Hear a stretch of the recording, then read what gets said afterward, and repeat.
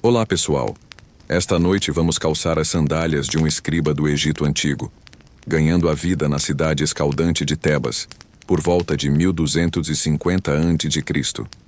Imagine-se acordando com o leve barulho de cascos de burro e o zumbido distante de uma cidade que já pulsa antes do amanhecer. O ar cheira a poeira e lama do Nilo, com um toque de pão de cevada assando em algum canto. Ser escriba é algo importante. Você é um dos poucos que sabem ler e escrever, uma espécie de VIP, num mundo onde a maioria carrega pedras ou cultiva a terra. Mas vamos ser honestos. Você está bocejando e o dia já promete ser longo. Sério, você provavelmente trocaria sua caneta de junco por uma soneca antes do meio-dia. Então, antes de se ajeitar, reserve um momento para curtir o vídeo e se inscrever, mas só se realmente gostar do que faço aqui. Deixe um comentário dizendo de onde você está assistindo e que horas são aí. Adoro saber como é o seu cantinho aconchegante. Agora, apague as luzes, talvez ligue um ventilador para aquele zumbido suave de fundo e vamos embarcar juntos nesta jornada.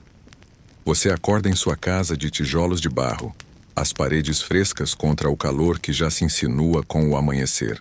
Tebas está viva do lado de fora da sua pequena janela, uma fresta estreita que deixa entrar mais poeira do que brisa.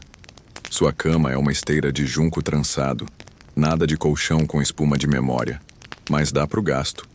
Você se espreguiça, as juntas estalando como se tivessem passado a noite escrevendo hieróglifos. Sua casa é simples, alguns cômodos, um pátio com uma acácia mirrada e um forno de barro, onde sua esposa provavelmente já está sovando massa. O ar está pesado, com cheiro de terra e um leve toque do Nilo, a poucos passos dali. Como escriba, você faz parte da elite do Egito, um dos cerca de 1% que sabem ler e escrever. Algo raro numa sociedade onde a maioria é agricultor ou operário. Isso é fato consumado. A alfabetização era poder no Egito Antigo, e você tem esse poder. Mas aqui vai uma curiosidade estranha.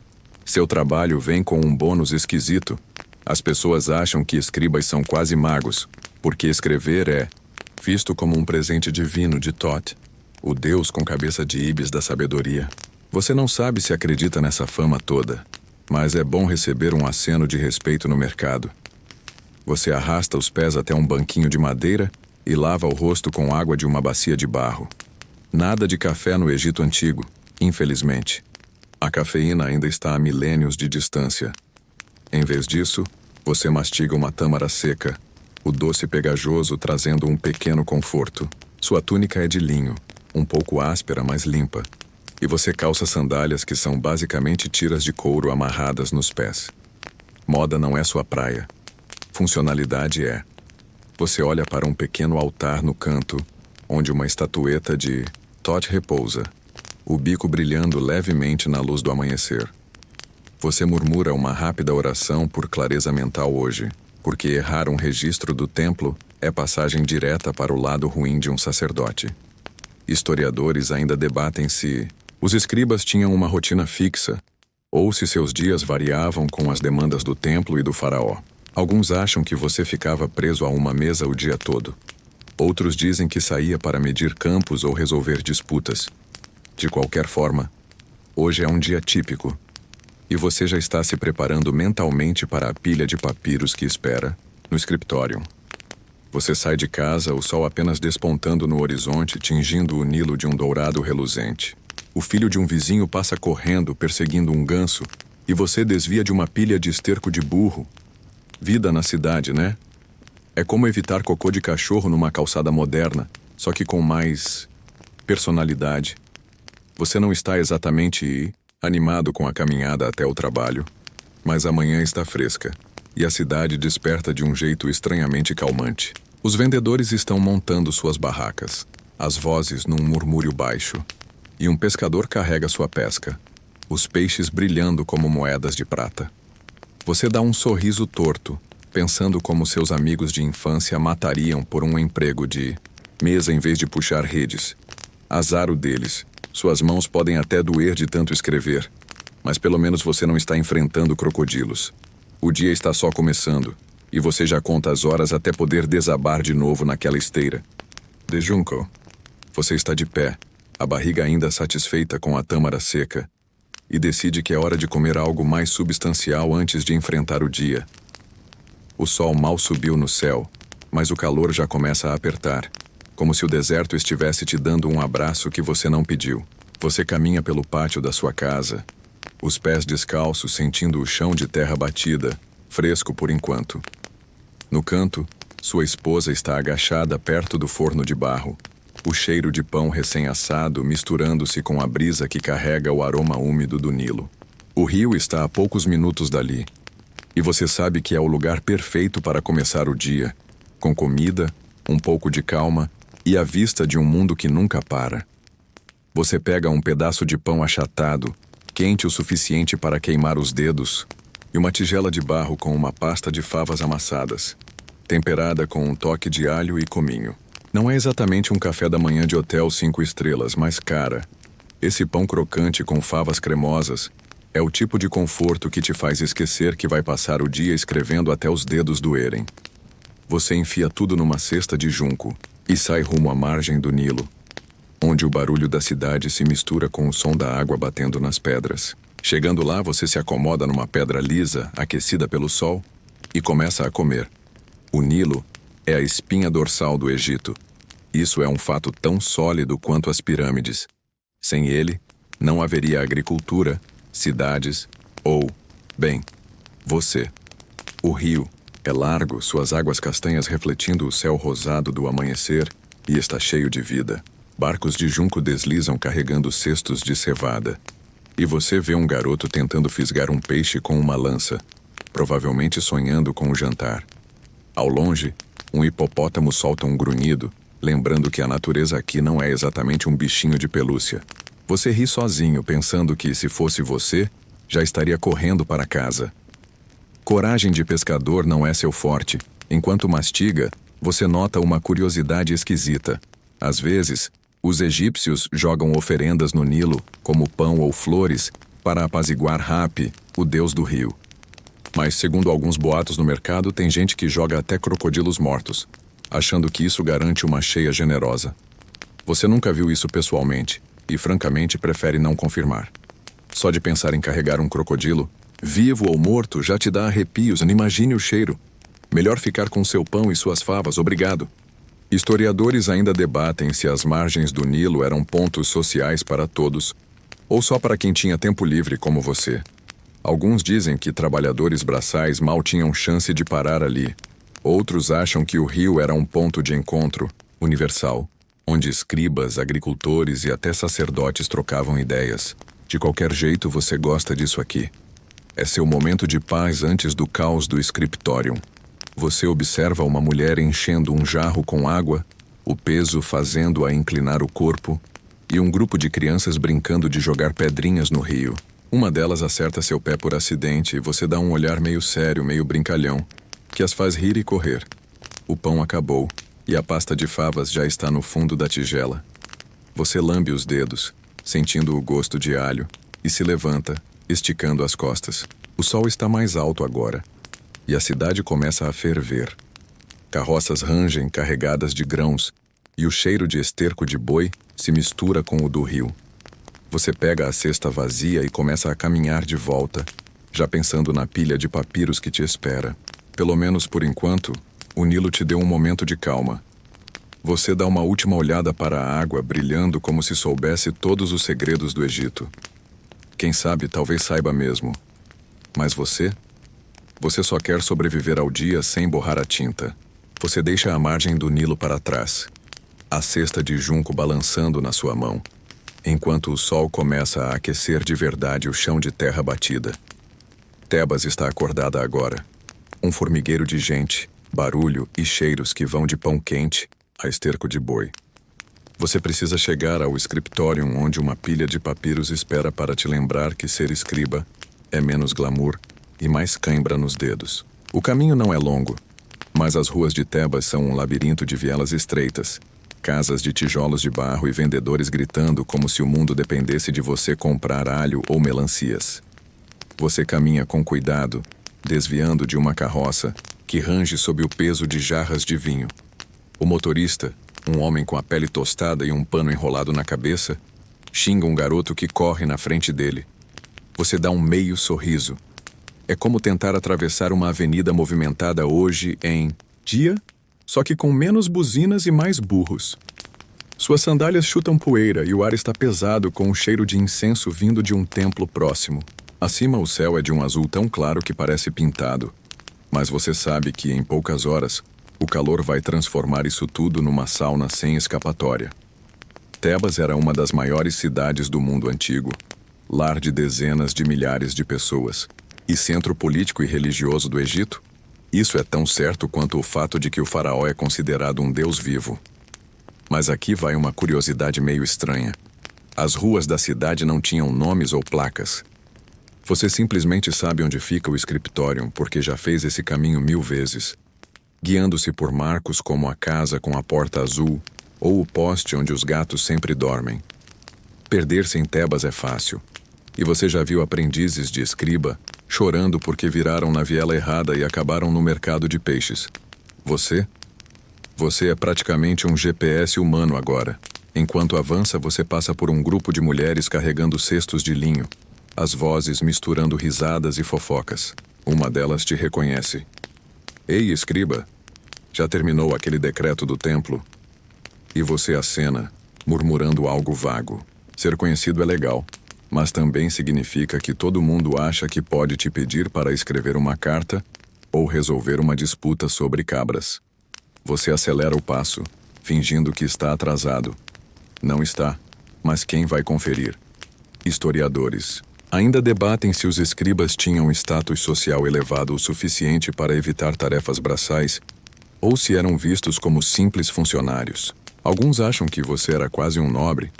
Outros dizem que era só um burocrata glorificado preso a tarefas chatas. A verdade provavelmente está no meio, mas, enquanto você esquiva um monte de esterco fresco, sente-se mais burocrata do que nobre. O Scriptorium fica logo adiante, um prédio baixo de pedra anexo ao templo de Amon-Ra. Você vê a entrada, sombreada por uma palmeira meio torta, e sente aquele aperto familiar no estômago. É como entrar no escritório sabendo que o chefe deixou um relatório gigante na sua mesa. Você para por um segundo, ajustando a túnica que insiste em grudar na pele suada. Um vendedor ambulante tenta te convencer a comprar uma figueira seca, jurando que é doce como o mel do faraó. Você recusa com um aceno. Já gastou demais no mercado essa semana. Além disso, tem um pedaço de pão sobrando na cesta, e você planeja beliscá-lo no almoço, se os outros escribas não roubarem primeiro. O som de um flautista toca ao longe, uma melodia lenta que quase te faz esquecer o calor. Quase. Você respira fundo, endireita os ombros e entra no Scriptorium, pronto para enfrentar o dia. Ou pelo menos fingir que está. Você entra no Scriptorium e o ar muda de poeirento para um misto de tinta, papiro seco e suor de escribas que já estão trabalhando há horas. A sala é ampla, com paredes de pedra cobertas por estantes cheias de rolos de papiro, alguns tão antigos que parecem prestes a virar pó.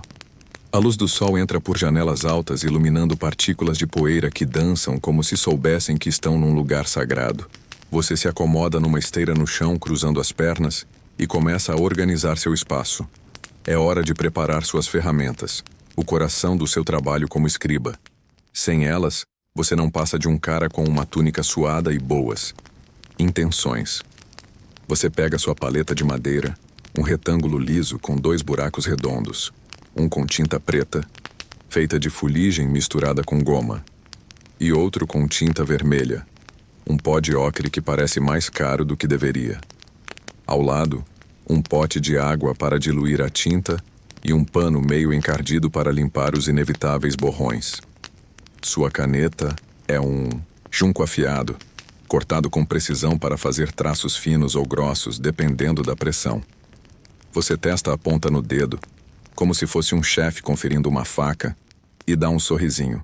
É o mais próximo que você chega de se sentir um artista. Embora, na real, você só copia textos e faz contas chatas. O papiro é a alma do Egito Antigo. Isso é tão verdade quanto dizer que o faraó precisa de um exército para ficar no poder. Feito de tiras da planta do papiro prensadas e coladas, ele é caro e valioso, então você toma cuidado para não desperdiçar. Aqui vai uma curiosidade esquisita. Alguns escribas trapaceiros, quando estão sem papiro, reutilizam pedaços velhos, raspando textos antigos com uma pedra. Você já fez isso uma vez, e o som é como unhas num quadro negro. Arrepiante. Hoje, felizmente você tem um rolo novo, liso como a tela de um tablet moderno, só que bem menos portátil. Você molha o junco na tinta preta e faz um traço de teste numa sobra de papiro. Perfeito. Mas claro, o papiro não está cortado no tamanho, certo? Então você pega uma faca de bronze e corta uma folha com cuidado. O som do corte lembrando um sussurro. Você alisa a superfície com os dedos, sentindo a textura áspera, quase como um papel artesanal chique que alguém pagaria caro por hoje. O cheiro do papiro é terroso, com um toque de algo que lembra palha molhada. E você se pega, pensando que se isso fosse uma vela de loja hipster, chamariam de essência do Nilo Antigo. Historiadores ainda debatem se os escribas fabricavam suas próprias tintas e papiros ou se dependiam de artesãos especializados. Alguns acham que você era um faz-tudo misturando fuligem e goma como um químico amador. Outros dizem que tintas e papiros vinham prontos, entregues por trabalhadores do templo. Você não se importa muito com a discussão, só quer que a tinta não empelote e que o papiro não rasgue quando você estiver no meio de um hieróglifo complicado. Você organiza tudo na sua frente: paleta à esquerda, pote de água à direita, papiro esticado e preso com pedrinhas nos cantos para não enrolar. Um colega ao seu lado, um escriba mais velho chamado Ptah-hotep, está resmungando sobre a qualidade da tinta de hoje. Parece lama do Nilo, ele reclama, e você ri, porque ele diz isso toda semana. Você já pensou em sugerir que ele faça a própria tinta? Mas Ptah-hotep é do tipo que acha que o mundo deve se curvar às suas reclamações. Melhor deixá-lo em paz. Enquanto você prepara tudo, um aprendiz entra correndo, quase derrubando seu pote de água. Ele se desculpa, os olhos arregalados, e você suspira. Esses garotos são como filhotes de cachorro, cheios de energia, mas zero coordenação. Você aponta para a esteira dele e diz: "Senta antes de quebrar algo importante." Ele obedece e você volta ao seu trabalho, mergulhando o junco na tinta vermelha para testar um título. Vermelho é para cabeçalhos ou palavras sagradas, e você sabe que o sacerdote-chefe fica de olho em cada traço. Um erro, e é uma bronca que faz você querer se esconder atrás de uma estátua de Thoth. Você alinha o papiro sentindo o peso do dia que está por vir. A sala está silenciosa, exceto pelo arranhar dos juncos e o ocasional pigarro de alguém. O cheiro de tinta se mistura com o do linho suado dos outros escribas, e você tenta ignorar o calor que já começa a subir. Você dá uma olhada para a janela onde o sol está mais alto e pensa que talvez, só talvez, deveria ter comido mais pão no café da manhã. Porque, se tem uma coisa que você aprendeu, é que um escriba faminto é um escriba que sonha com o almoço enquanto escreve hinos para Amon-Ra.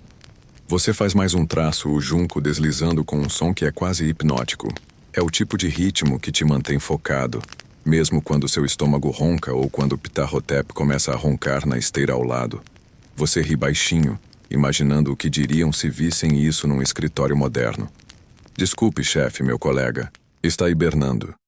Por enquanto, você está pronto. O papiro está esperando, a tinta está fluindo e o dia está só começando. Hora de fazer esses hieróglifos brilharem. Ou pelo menos não borrar tudo. Você está sentado na esteira, o papiro esticado à sua frente, e o scriptorium ganha vida com o arranhar dos juncos e o murmúrio baixo dos outros escribas. A luz do sol, agora mais forte, corta as janelas altas, aquecendo a sala e trazendo aquele cheiro de pedra quente misturado com tinta. Hoje sua tarefa é copiar registros do templo de Amon-Ra, sob o olhar atento de um sacerdote que parece achar que cada hieróglifo é uma questão de vida ou morte. Você respira fundo, o ar seco enchendo os pulmões, e mergulha o junco na tinta preta, pronto para transcrever textos que, francamente, são tão emocionantes quanto ler uma lista de compras. Mas ei, ser escriba é isso. Fazer o chato parecer sagrado. O sacerdote, um homem magro com um colar de contas azuis que tilintam quando ele se move, entrega um rolo de papiro coberto de texto. Ele aponta para uma seção e diz com a voz seca, como o deserto: copie isso, sem erros. Você acena, tentando não revirar os olhos. O templo de Amon-Ra é o coração religioso de Tebas. Isso é tão óbvio quanto o fato de que o Nilo corre para o norte. Seus registros, cheios de hinos, oferendas e listas de grãos doados, são a espinha dorsal da administração religiosa. Um erro aqui não é só uma mancha de tinta. É como dizer que o Deus Sol está de folga. Você começa a copiar, traçando hieróglifos com cuidado. Um pássaro para a vida, uma cobra para a proteger, um olho que parece te encarar de volta. Cada símbolo é uma pequena obra de arte, mas depois de 10 linhas, seus dedos já estão implorando por uma pausa. Aqui vai uma curiosidade esquisita. Os escribas às vezes escondiam mensagens pessoais nos textos, como rabiscar: estou entediado num canto do papiro. Você nunca fez isso. Pelo menos não onde o sacerdote pudesse ver. Mas já encontrou um Ptah-hotep ama cerveja num rolo antigo. Você deu risada na hora, imaginando o velho Ptah-hotep, seu colega rabugento, rindo enquanto escrevia. Historiadores ainda debatem se os escribas tinham liberdade para improvisar nos textos ou se seguiam modelos rígidos. Alguns acham que você podia dar um toque pessoal, como um poeta. Outros dizem que era só copiar e calar a boca, como uma impressora humana. Você sente que é um pouco dos dois. O sacerdote quer cada vírgula no lugar, mas às vezes você escolhe um hieróglifo mais bonito só para se divertir. Enquanto traça uma linha, o sacerdote passa por trás, o colar tilintando como um alarme. Você mantém a cabeça baixa, fingindo concentração máxima. Não é pessoal, mas esse cara tem a energia de um fiscal de imposto em dia de vencimento. O texto que você copia é um hino a Amon-Ra, cheio de elogios ao Deus que faz o Nilo transborda e as colheitas crescerem. Você já escreveu isso tantas vezes que poderia recitá-lo dormindo. O que, aliás, é tentador porque o calor da manhã está te deixando sonolento. Você molha o junco de novo, a tinta preta brilhando como óleo, e tenta ignorar o suor pingando na sua testa. É como trabalhar num forno, só que sem o pão gostoso do café da manhã. Você ri baixinho, imaginando o que seus amigos pescadores diriam.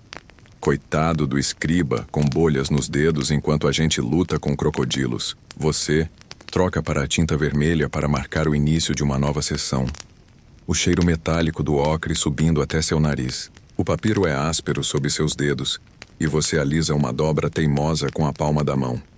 Ao seu lado, Ptah-hotep deixa cair um junco e xinga baixo, o que faz o aprendiz ao canto soltar uma risadinha. O sacerdote lança um olhar que poderia transformar alguém em estátua, e a sala fica silenciosa de novo. Você se concentra no próximo hieróglifo, um sol estilizado que leva mais tempo do que deveria. Sério, quem inventou esses símbolos tão cheios de detalhes? Provavelmente alguém que nunca teve que copiá-los o dia todo. Enquanto trabalha, você pensa naquele pão que sobrou na sua cesta, lá no canto da sala. Almoço parece tão longe, e seu estômago já está fazendo barulhos que poderiam acordar um hipopótamo. Você dá uma olhada para o sacerdote que agora está examinando o trabalho de outro escriba e arrisca uma pausa para esticar os dedos. Eles estalam como gravetos secos e você faz uma careta. Ser escriba é chique, mas ninguém avisa sobre a dor nas mãos. Pelo menos quando o hino estiver pronto, você terá feito algo que, quem sabe, sobreviva milênios. Não que você espere fama. Você só quer terminar sem borrar a tinta e, se possível, beliscar aquele pão antes que Ptah-hotep o roube. Você termina mais uma linha do hino a Amon-Ra, o junco arranhando o papiro com um ritmo que já virou segunda natureza. O scriptorium está quente agora, o ar pesado com o cheiro de tinta e o leve zumbido de moscas que parecem adorar o suor dos escribas. Seu estômago ronca lembrando daquele pão na cesta e você decide que é hora do almoço. O sacerdote saiu para inspecionar outra sala, graças a Tot. Então você se levanta, alongando as costas que estalam como uma porta velha. Os outros escribas também estão se mexendo, pegando suas cestas ou apenas se esparramando nas esteiras para um momento de paz. Almoçar com seus colegas é a melhor parte do dia. Comida, fofoca e a chance de esquecer os hieróglifos por um tempo. Você se junta a Ptah-hotep e 2 outros escribas, Mena e Ka, num canto sombreado do pátio do scriptorium. A palmeira torta ali joga uma sombra irregular, mas é melhor que fritar ao sol. Você pega seu pão, agora meio duro, e uma cebola crua que sua esposa jogou na cesta. Ptah-hotep, sempre o primeiro a reclamar, mostra um pedaço de queijo de cabra e diz: "Olha isso, parece que veio do traseiro da cabra." Você ri, quase engasgando com a cebola, porque ele tem razão. O cheiro é forte o suficiente para espantar um crocodilo.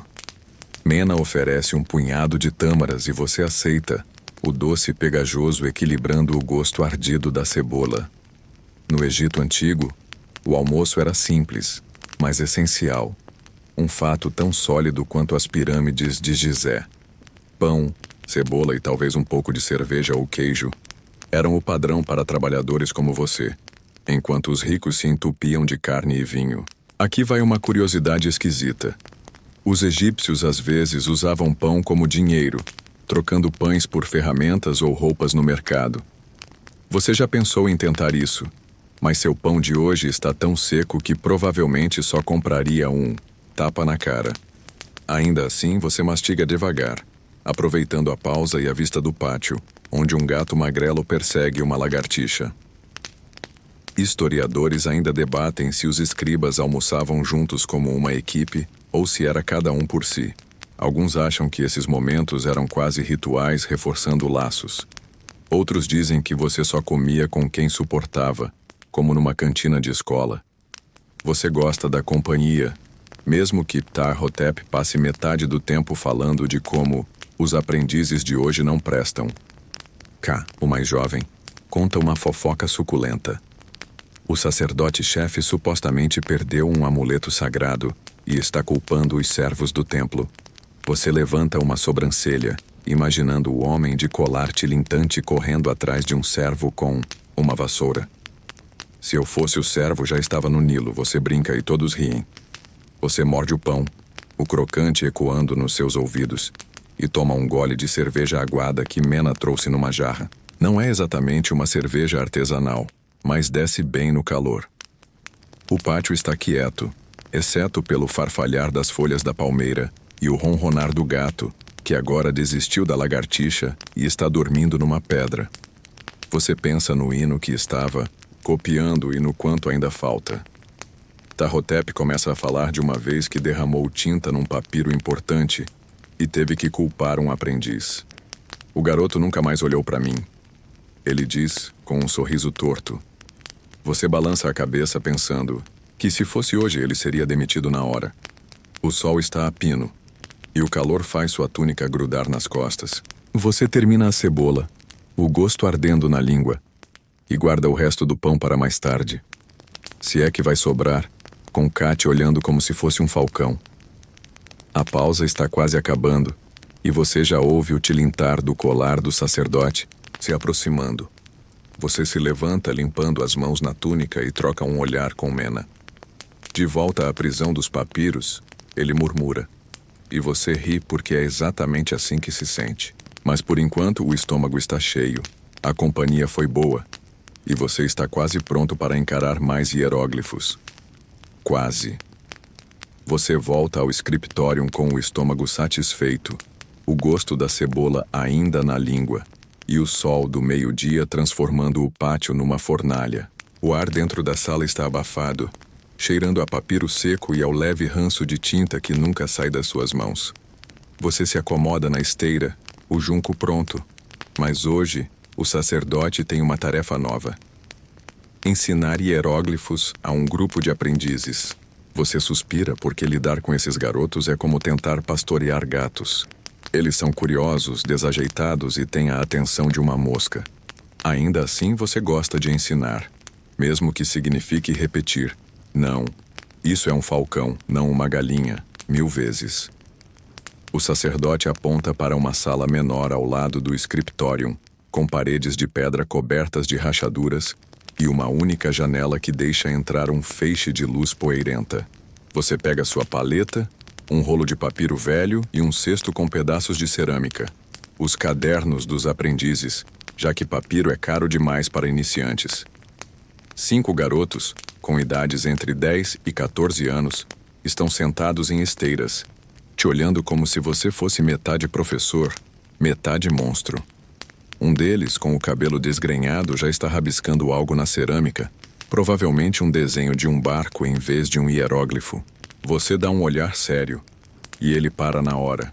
No Egito Antigo, a educação dos escribas era rigorosa, um fato tão certo quanto o ciclo das cheias do Nilo.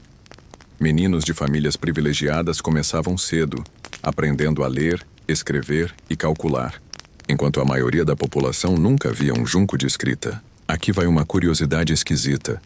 Os aprendizes às vezes eram punidos com varadas nas mãos por erros, uma prática que faz você estremecer.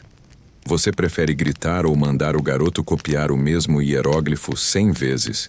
É chato, mas pelo menos não deixa marcas. Hoje, você está ensinando o básico. O símbolo do junco, que representa o som I, e o olho, que significa ver. Simples, certo? Não para esses garotos. Você começa desenhando o junco no papiro, o traço preto firme e elegante. Olhem a curva aqui, você diz apontando. Muito reto, e parece uma vara. Muito torto, e é uma cobra. Façam direito. Um garoto ri, e você levanta uma sobrancelha, mas deixa passar. Você entrega pedaços de cerâmica e juncos cortados, e eles começam a rabiscar. A sala enchendo-se com o som de arranhões e suspiros frustrados.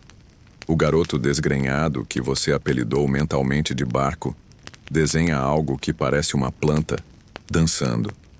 Barco, isso é um hieróglifo ou uma salada? Você pergunta e a turma ri. Ele cora, mas tenta de novo. Historiadores ainda debatem se os escribas viam o ensino como uma honra ou uma tarefa chata. Alguns acham que era um privilégio moldar a próxima geração. Outros dizem que era só mais uma ordem do templo, como limpar tinta derramada. Você gosta de ensinar, mas preferiria estar copiando hinos em paz. Enquanto circula entre os garotos corrigindo traços tortos, você pensa naquele pão que sobrou na cesta. Se esses aprendizes não te matarem de exaustão, talvez você consiga beliscá-lo antes do fim do dia.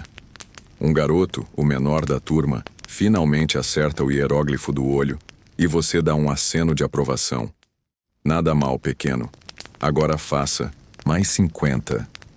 O calor na sala é sufocante e o cheiro de cerâmica úmida se mistura com o da tinta. Você enxuga o suor da testa com a manga da túnica, que já está mais suja do que você gostaria. Barco derruba um pedaço de cerâmica, que se parte com um estalo e você suspira. Se fosse papiro, você estaria devendo 1 mês de trabalho. Você brinca, e ele te olha como se tivesse visto um demônio. Você pega outro pedaço de cerâmica do cesto e entrega a ele, dizendo para tomar cuidado. A luz da janela está mais fraca agora, o sol começando a descer, mas a aula ainda não acabou. Você volta ao papiro, desenhando o próximo hieróglifo, e tenta ignorar o barulho de alguém mastigando tâmaras no fundo da sala. Esses garotos vão te enlouquecer, mas, quem sabe, um deles pode virar um escriba decente. Ou pelo menos parar de desenhar saladas. Você deixa a sala dos aprendizes para trás, os braços cansados de tanto apontar para hieróglifos tortos e a cabeça zunindo com as perguntas incessantes do pequeno barco. O scriptorium principal está mais quieto agora, com a maioria dos escribas debruçados sobre seus papiros, o arranhar dos juncos preenchendo o ar como um coro de insetos. O sol da tarde lança sombras longas pelas janelas, e o calor, embora ainda pesado, começa a ceder. Sua nova tarefa é menos sagrada que copiar hinos. Você precisa registrar impostos sobre grãos para os celeiros do faraó. É o tipo de trabalho que faz você sonhar com qualquer coisa. Até ensinar aprendizes parece mais divertido.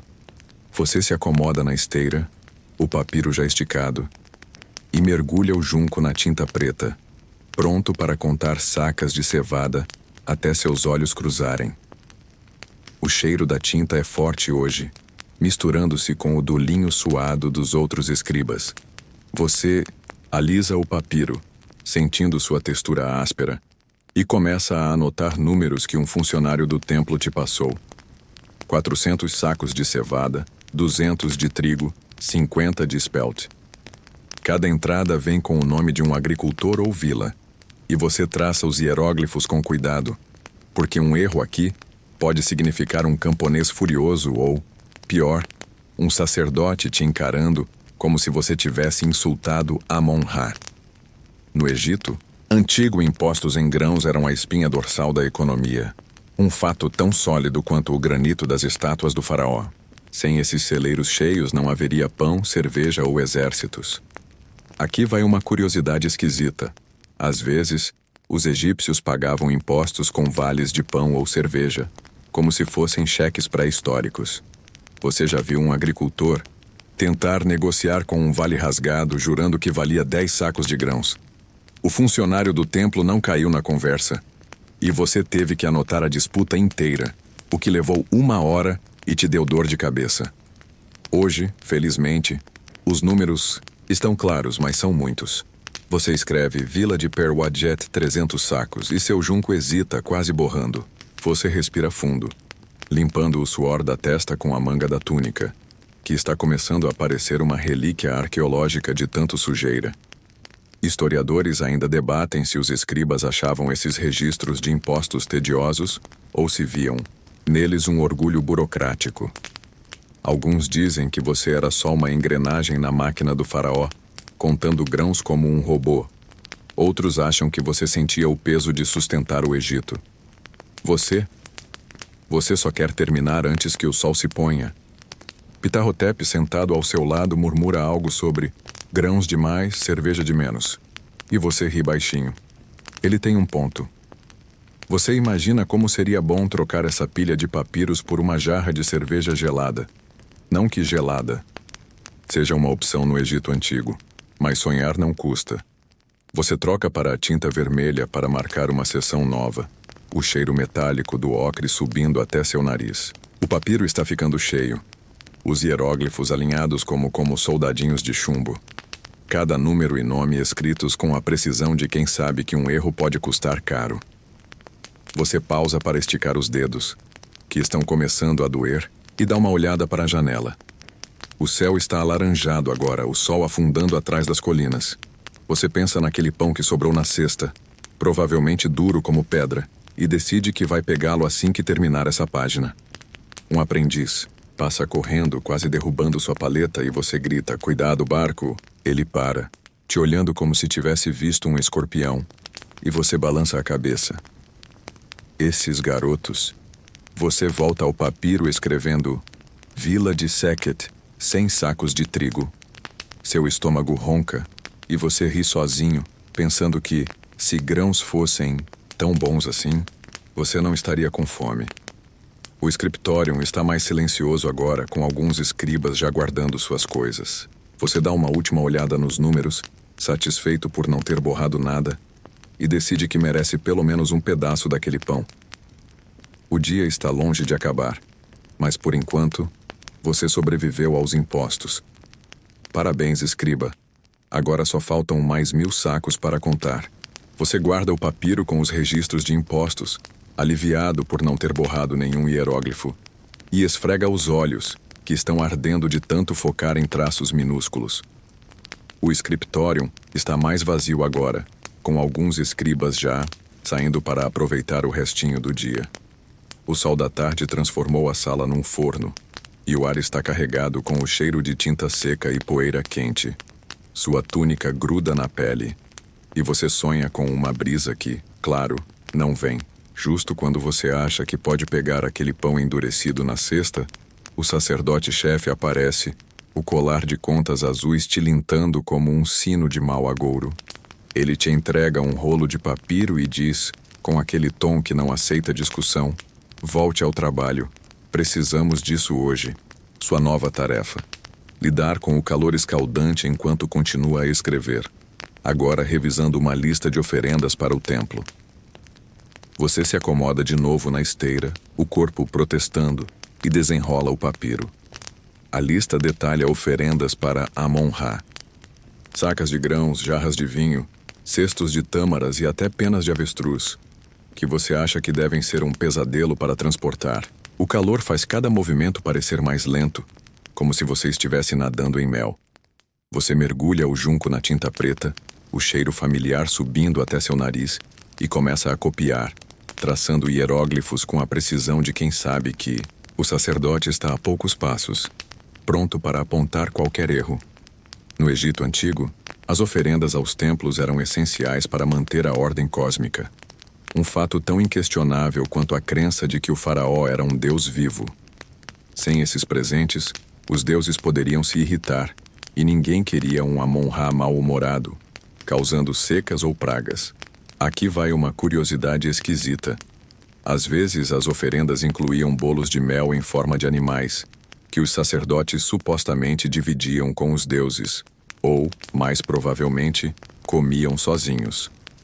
Você já viu um desses bolos numa cerimônia, pegajoso e brilhando ao sol, e se perguntou se Tote aprovaria um lanche tão doce. Hoje, porém, sua lista é só números e nomes. Nada de bolos. Historiadores ainda debatem se os escribas sentiam o peso espiritual dessas tarefas ou se eram apenas papelada. Alguns acham que você via cada linha como um ato sagrado. Outros dizem que era só mais uma lista, como anotar a lista de compras da sua esposa. Você está mais no segundo time. O calor está fritando seu cérebro e tudo o que você quer é terminar sem derreter. Ptah-hotep do outro lado da sala já desistiu e está abanando o rosto com um papiro velho, murmurando algo sobre trabalhar como um burro por migalhas. Você ri baixo porque ele não está errado. É como estar preso num escritório sem ar-condicionado, só que com menos café e mais deuses te julgando. Você troca para a tinta vermelha para marcar uma nova sessão, o ocre manchando seus dedos, como se você tivesse mexido em terra. O papiro está áspero, e você alisa uma dobra com cuidado, sentindo o suor pingar na testa.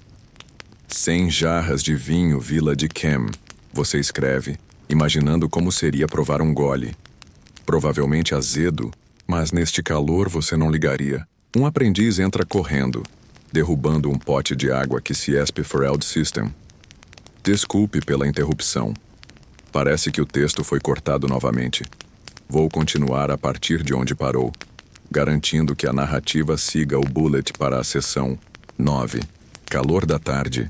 Você trabalha sob o sol escaldante do meio-dia, lutando contra o cansaço. E atenda aos requisitos. 1.100 palavras, narração em segunda pessoa, fatos históricos, curiosidade excêntrica, debate acadêmico, humor e detalhes sensoriais. Vou completar a sessão sem repetir o conteúdo anterior e mantendo a continuidade. Sessão 9. Alha pelo chão, formando uma poça lamacenta. Você lança um olhar que poderia petrificar um crocodilo, e o aprendiz, sim, o barco de novo, murmura um pedido de desculpas antes de sair correndo. Você balança a cabeça pensando que, se idiotice fosse um hieróglifo, esse garoto seria um rolo inteiro. O calor está insuportável, transformando o escritório numa sauna onde cada respiração parece sugar areia.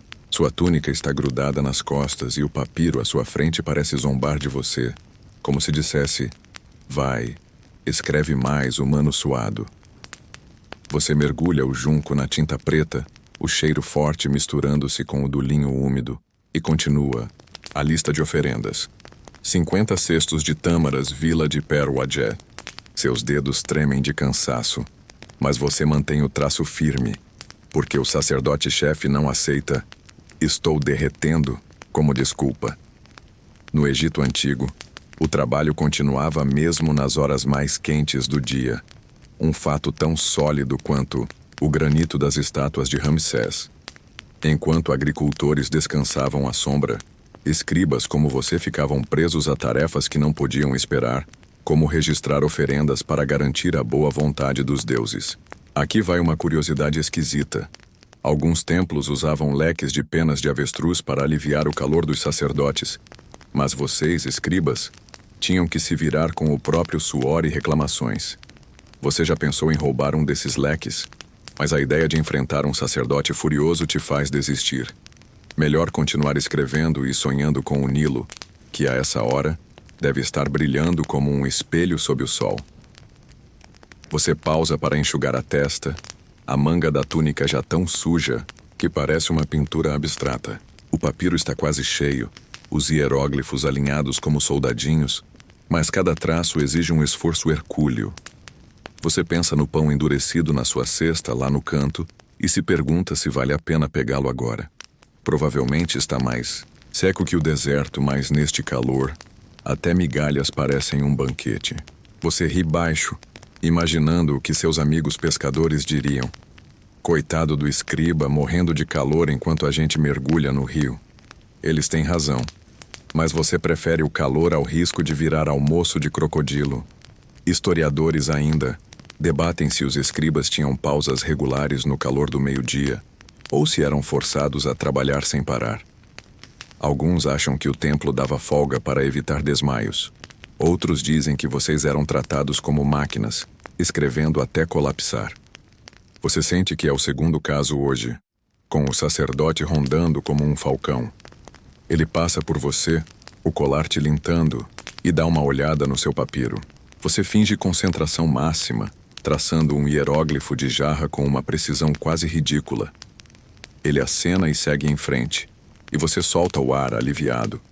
É como passar por um chefe exigente sem levar bronca. Você troca para a tinta vermelha, o ocre manchando seus dedos como se você tivesse cavado terra. 20 penas de avestruz, templo de Mut. Você escreve, imaginando como alguém consegue coletar essas coisas sem ser bicado. O calor faz sua cabeça pulsar e você molha o pano no pote de água, passando-o no pescoço. A sensação é boa, mas dura uns 5 segundos antes de o suor voltar. Ptahhotep, do outro lado da sala, está abanando o rosto com um papiro velho, murmurando algo sobre trabalhar até virar múmia. Você ri porque ele sempre exagera, mas hoje você quase concorda. É como estar numa churrasqueira, só que sem a carne. O sol está começando a descer, a luz ficando dourada pelas janelas. Você termina a lista escrevendo 100 sacas de cevada, Vila de Seket, e alisa o papiro com a palma da mão, sentindo a textura áspera. O scriptorium está silencioso, exceto pelo arranhar dos juncos e um ocasional pigarro. Você olha para o papiro, satisfeito por não ter borrado nada, e decide que merece um momento de pausa. O sacerdote está ocupado com outro escriba, então você se permite encostar na parede, a pedra quente contra suas costas. O dia está longe de acabar, mas por enquanto você sobreviveu ao calor e à lista de oferendas. Só não peça para levantar agora. Suas pernas parecem feitas de argila. Você guarda o papiro com a lista de oferendas, sentindo o alívio de mais uma tarefa concluída. Embora o calor da tarde ainda te deixe com a sensação de estar cozinhando dentro da própria túnica. O scriptorium está mais calmo agora, com a luz do sol poente pintando as paredes de um tom alaranjado que quase faz o lugar parecer acolhedor.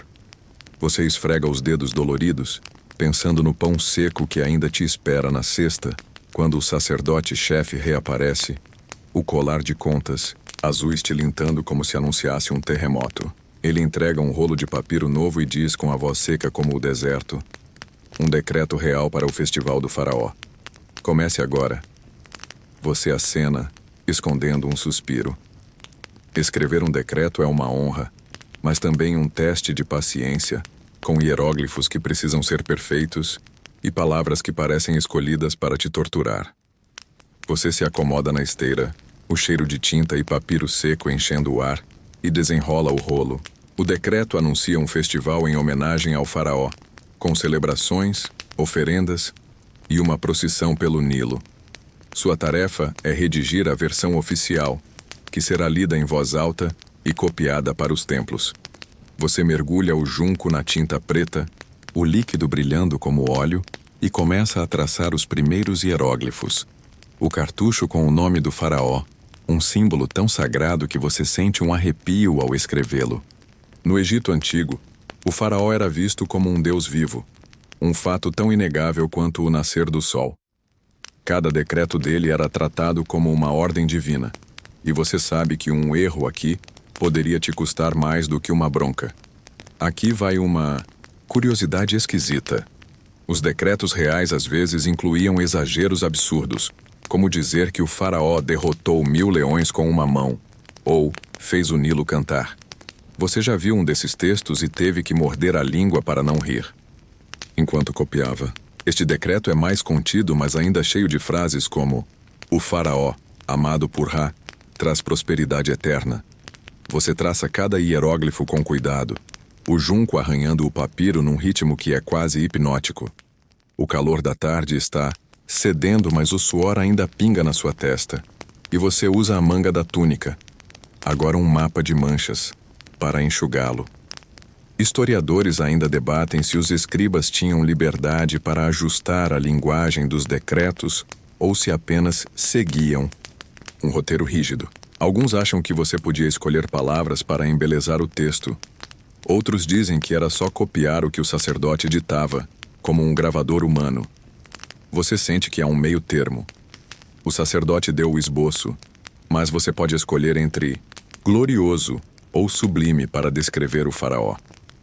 Hoje você vai com sublime, porque soa mais chique e, quem sabe, pode impressionar alguém. Você troca para a tinta vermelha para marcar o início de uma nova sessão, o cheiro metálico do ocre subindo até seu nariz. O povo de Tebas oferecerá 100 bois ao templo. Você escreve, imaginando a confusão que deve ser reunir tantos animais. Você ri baixo, pensando que se fosse organizar esse festival, já teria fugido para o Nilo.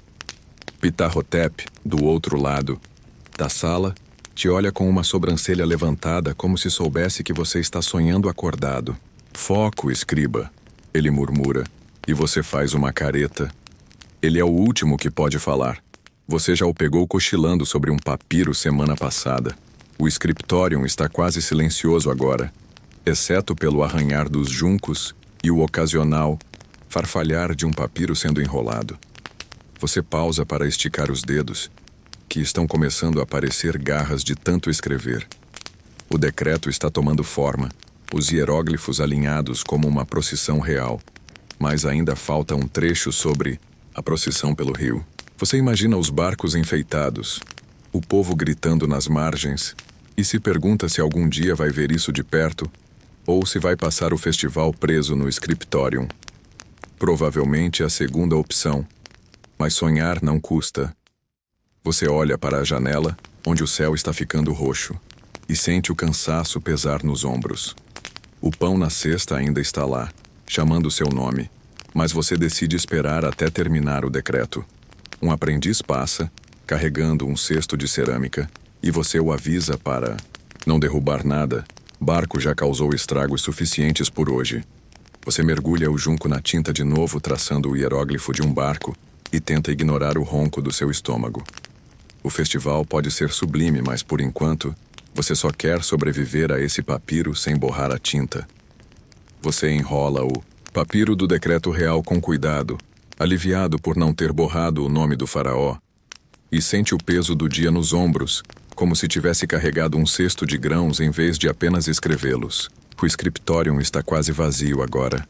A luz do crepúsculo entrando pelas janelas altas e tingindo as paredes de um roxo suave.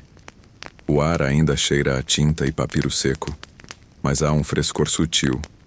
Um prenúncio da noite que faz você sonhar com descansar. O sacerdote-chefe já foi embora, graças a Thoth. Então você pega sua cesta, onde o pão endurecido espera como uma relíquia esquecida, e sai do scriptorium.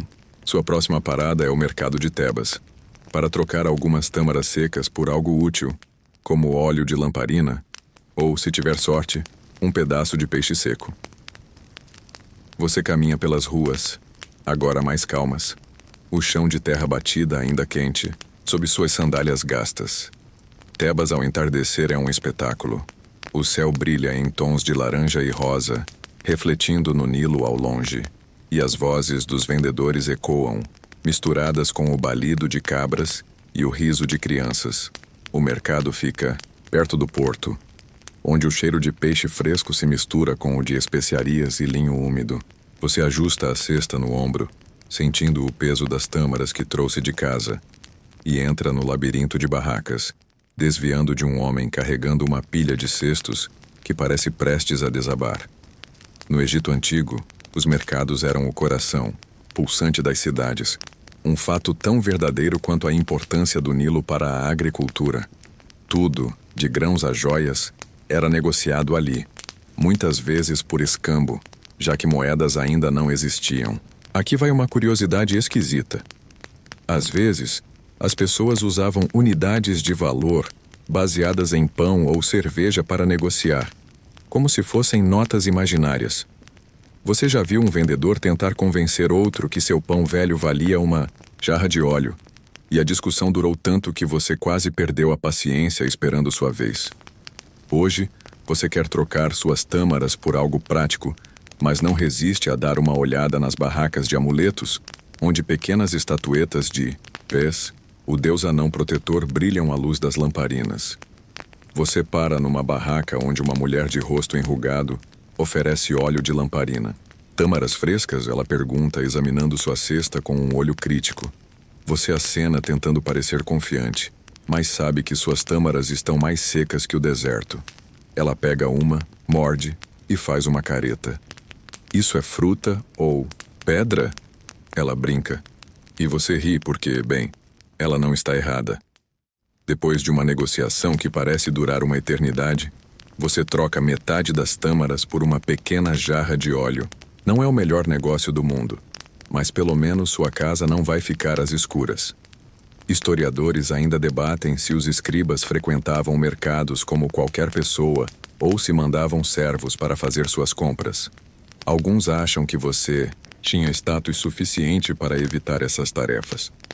Outros dizem que, como funcionário do templo, você barganhava como todo mundo. Você está definitivamente no time dos barganhadores. Sua esposa te mataria se voltasse sem nada. Enquanto caminha entre as barracas, você vê Ptah-hotep discutindo com um vendedor de peixe, agitando os braços como se estivesse escrevendo um decreto. Velho rabugento, você murmura rindo. Ele provavelmente está tentando trocar um pão pior que o seu por um peixe inteiro. Você para numa barraca de ervas, o cheiro de cominho e coentro enchendo o ar, e considera trocar o resto das tâmaras por algo para o jantar. Mas o vendedor, um homem com um dente faltando, quer mais do que você tem, então você desiste.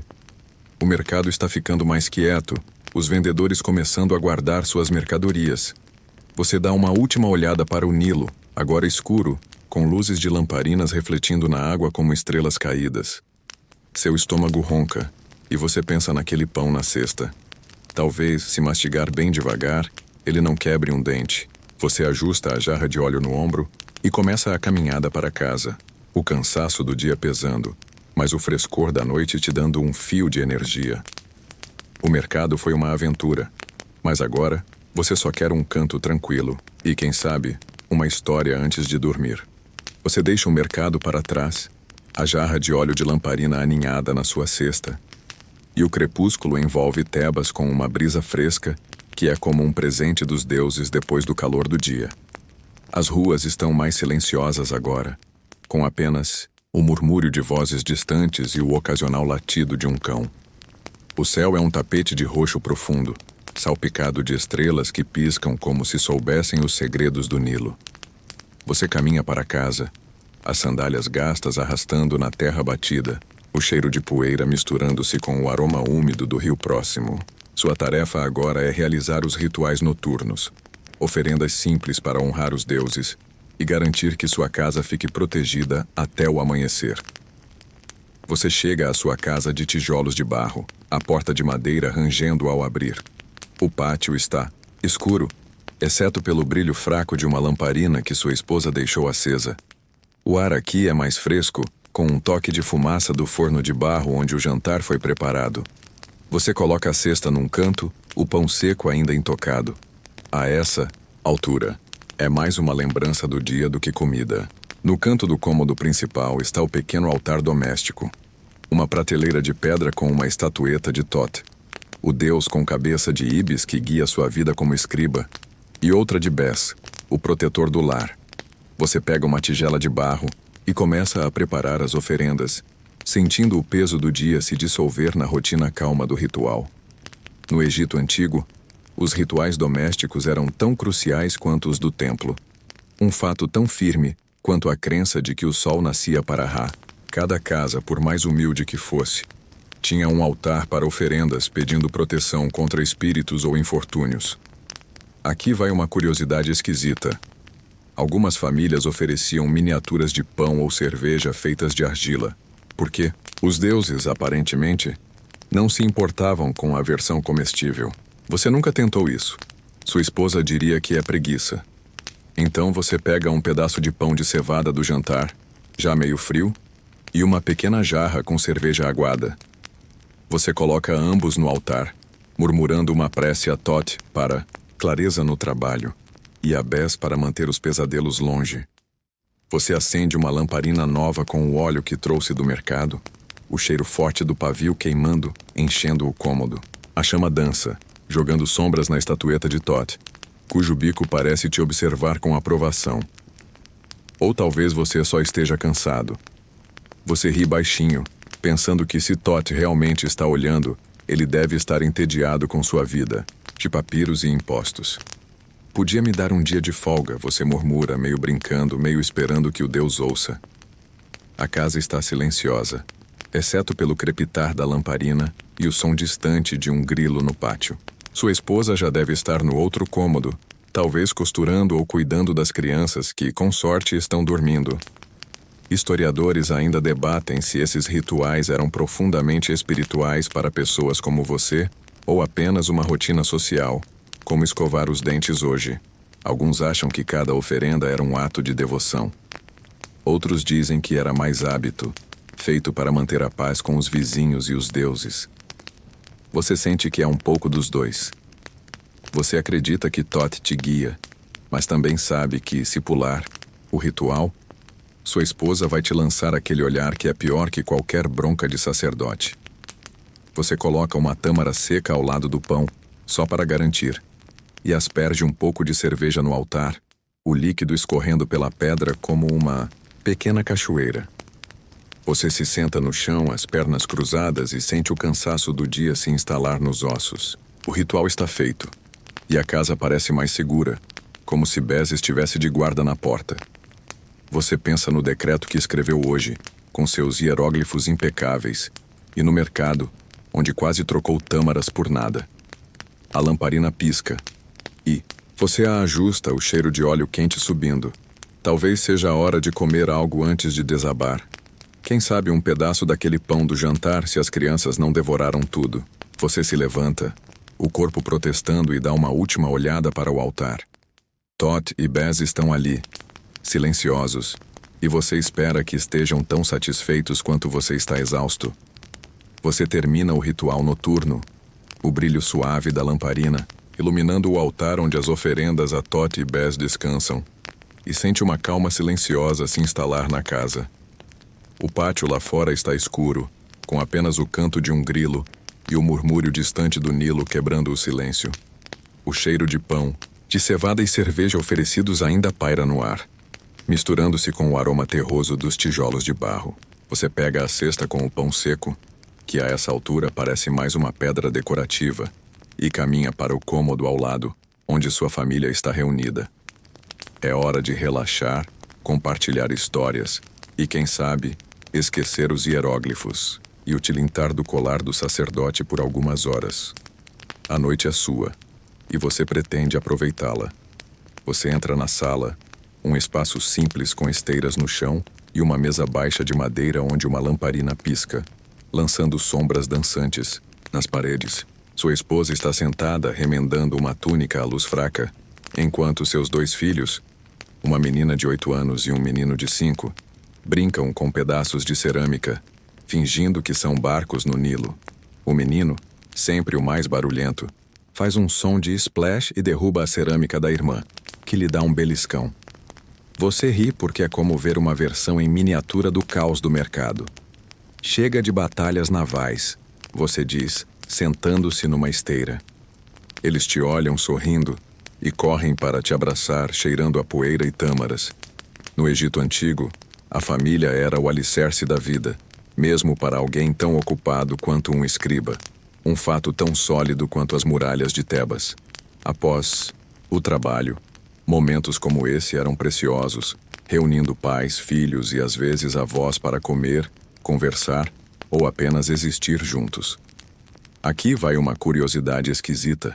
As crianças egípcias adoravam jogos de tabuleiro, como o Senet, e você já perdeu feio para sua filha, que jura que o tabuleiro está abençoado por Tot. Você não tem coragem de dizer que ela só é melhor que você. Hoje, porém, não há tabuleiro. Sua esposa sugere contar histórias, e as crianças batem palmas, ansiosas por algo sobre deuses ou crocodilos. Você começa com uma história sobre Sobek, o deus crocodilo que supostamente nadava pelo Nilo protegendo pescadores, ou comendo os desavisados, dependendo do humor dele. Sua voz é suave, quase como se estivesse narrando para adormecer, e você imita o rosnado de Sobek, fazendo o menino rir até engasgar. Sua esposa revira os olhos, mas sorri, costurando enquanto ouve. Historiadores ainda debatem se essas histórias familiares eram apenas entretenimento ou uma forma de passar crenças religiosas. Alguns acham que cada conto reforçava a devoção aos deuses. Outros dizem que era só uma maneira de manter as crianças quietas. Para você, é um pouco dos dois. Você ama ver os olhos da sua filha brilharem, mas também não se importa se eles adormecerem antes de pedirem mais tâmaras. Você pega um pedaço de pão de cevada do jantar, que sua esposa guardou numa tigela, e morde. O sabor simples acalmando seu estômago. O pão está frio, mas bem melhor que o tijolo na sua cesta. Você oferece um pedaço às crianças, que mastigam enquanto pedem outra história. Você conta sobre Anubis, o deus com cabeça de chacal, guiando almas no além, e faz uma voz grave que faz sua filha se esconder atrás da mãe, rindo. Para com isso, ou ninguém dorme hoje. Sua esposa brinca, e você pisca, prometendo uma história menos assustadora da próxima vez. É como tentar equilibrar um papiro sem borrar. Você quer divertir, mas sem exagerar. O cômodo está quente, o ar carregado com o cheiro de linho e óleo da lamparina. Você se recosta na esteira, sentindo o cansaço do dia, os impostos, o decreto, os aprendizes, derreter na presença da sua família. Sua filha começa a contar uma história confusa sobre um gato que virou rei, e você ri, porque ela claramente herdou seu talento para exagerar. O menino já está bocejando, a cabeça caindo no ombro da mãe. Você troca um olhar com sua esposa, um entendimento silencioso de que a noite está quase acabando. Por enquanto, você está aqui, cercado por risadas e histórias, e o scriptorium parece a 1000 anos de distância. Que vem ao sono, mas primeiro mais um conto. Você termina a última história. A voz suave enquanto sua filha inventa um final onde o gato-rei derrota um exército de ratos, e o cômodo fica silencioso, exceto pelo crepitar da lamparina e pelo ronco leve do seu filho, agora dormindo no colo da sua esposa. O ar está quente, carregado com o cheiro de linho, pão de cevada e o óleo que queima na lamparina. Mas a noite trouxe um frescor que acalma a pele. Você ajuda sua esposa a carregar as crianças para suas esteiras no outro cômodo, os pequenos, corpos pesados de sono, e volta para preparar-se para a cama. É hora de refletir sobre o dia, apagar as lamparinas e deixar o cansaço finalmente te levar. A casa está quieta, o pátio escuro, e Tebas parece adormecer junto com você. Você pega a lamparina da mesa, a chama dançando e lançando sombras nas paredes de tijolos de barro. No canto, o altar com as oferendas a Tot e Bes brilha faintly sob a luz, e você dá uma olhada sentindo uma pontada de gratidão por um dia sem desastres, sem papiros rasgados, sem broncas do sacerdote. Você caminha até o quarto, uma pequena sala com uma esteira de junco e um banquinho onde sua túnica suja espera, dobrada de qualquer jeito. O cheiro de terra e palha seca enche o espaço, e você coloca a lamparina numa prateleira, tomando cuidado para não derrubar o óleo. A última coisa que você precisa é começar um incêndio e virar a fofoca do mercado amanhã. No Egito Antigo, a noite era um momento de descanso, mas também de conexão com o divino. Um fato tão verdadeiro quanto a crença de que os sonhos podiam carregar mensagens dos deuses. Antes de dormir, muitos egípcios rezavam ou faziam pequenas oferendas, pedindo proteção no mundo dos sonhos. Aqui vai uma curiosidade esquisita. Alguns acreditavam que dormir com um amuleto de Bes sob a cabeça afastava espíritos malignos. E você tem um desses, um pedacinho de pedra entalhada que sua esposa insiste que funciona. Você nunca viu um espírito, mas, por via das dúvidas, deixa o amuleto onde está. Melhor prevenir do que acordar gritando. Você se senta na esteira, o junco trançado rangendo sob seu peso, e começa a desamarrar as sandálias, a poeira do dia caindo como uma camada fina no chão. Você pensa no scriptorium, nos hieróglifos que traçou, no decreto do faraó e na negociação no mercado que te rendeu uma jarra de óleo. Foi um dia comum, cheio de suor e pequenas vitórias. Mas enquanto massageia os pés doloridos, você sente uma satisfação quieta.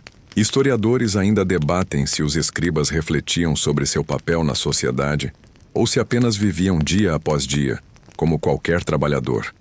Alguns acham que você se orgulhava de ser a memória do Egito. Outros dizem que você só queria pagar as contas, ou no seu caso, trocar tâmaras por óleo. Você acha que é um pouco dos dois? Escrever para o faraó é importante, mas um pão decente também é. Você ri sozinho, lembrando do aprendiz barco derrubando o pote de água. No scriptorium. Se ele virar escriba, eu viro pescador. Você murmura, imaginando o caos de um papiro nas mãos daquele garoto. Você apaga a lamparina, mergulhando o quarto na escuridão, exceto por um fio de luar que entra pela fresta da janela. O silêncio é profundo, quebrado apenas pelo canto de um grilo no pátio e pelo ronco distante da sua esposa no outro cômodo. Você deita na esteira, a textura áspera familiar contra as costas e fecha os olhos, o cansaço puxando você como o Nilo puxa um barco. Você pensa no pão seco que ainda está na cesta. Amanhã talvez ele vire mingau se você convencer sua esposa a amolecê-lo. O dia passou, com seus impostos, decretos e aprendizes desastrados. E você sobreviveu. A noite é sua recompensa. Um momento para descansar e deixar o mundo dos hieróglifos para trás. Você respira fundo. O ar fresco enchendo os pulmões. E sente o sono chegando. Suave como a corrente do rio. Amanhã tem mais papiros. Mais calor, mais tilintar do colar do sacerdote. Mas por agora você está aqui, seguro na sua casa, com Tot e Bes de guarda, que vem ao sono. Você está deitado na esteira, o junco trançado pressionando levemente suas costas, enquanto o silêncio da noite envolve a casa como um cobertor. A escuridão é quase total, com apenas um fio de luar escapando pela fresta da janela, pintando uma linha prateada no chão de terra batida. O ar está fresco agora, carregando o cheiro de palha seca e o leve aroma de óleo da lamparina que você apagou. Sua mente vagueia pelo dia. Os hieróglifos traçados com cuidado, o calor do scriptorium, a negociação no mercado, as risadas com sua família. E enquanto o sono te puxa, você começa a imaginar seu lugar no grande tecido do Egito, seus sonhos misturando-se com pensamentos de eternidade. A esteira é dura, mas familiar, e você se entrega à calma, deixando o cansaço te levar para um mundo onde papiros e sacerdotes não existem. Você respira fundo, o ar noturno enchendo os pulmões, e pensa no trabalho que deixou no scriptorium. Cada hieróglifo que você escreveu, cada decreto e lista de impostos, é uma pequena peça na máquina que mantém o Egito vivo. No Egito Antigo, os escribas eram os guardiões da memória, um fato tão sólido quanto as pirâmides que se erguem no horizonte. Sem você, as palavras do faraó, os hinos a Amon-Ra, as contas dos celeiros desapareceriam como pegadas na areia. Aqui vai uma curiosidade esquisita. Alguns egípcios acreditavam que escrever o nome de alguém garantia sua existência no além. E você já se perguntou se seus próprios registros guardados em algum templo poderiam te tornar eterno? É uma ideia meio maluca, mas enquanto você afunda no sono, ela parece quase possível.